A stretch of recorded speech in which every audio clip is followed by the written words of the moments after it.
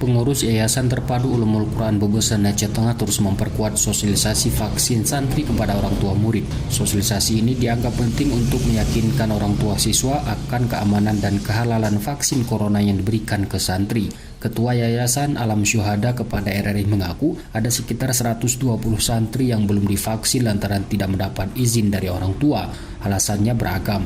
Dari informasi yang diterima, kata Alam Syuhada, ada di antara orang tua murid yang masih meragukan keamanan dan kehalalan dari vaksin corona. Padahal katanya keamanan dan kehalalan tersebut, vaksin itu telah dijamin oleh Majelis Ulama Indonesia dan BPOM. Alam Syuhada melaporkan pada vaksinasi tahap awal baru sekitar 100 santri yang divaksin. Pelaksanaannya kata dia berjalan lancar. Mereka selanjutnya dijadwal akan diberi vaksin dosis kedua setelah 2 pekan ke depan.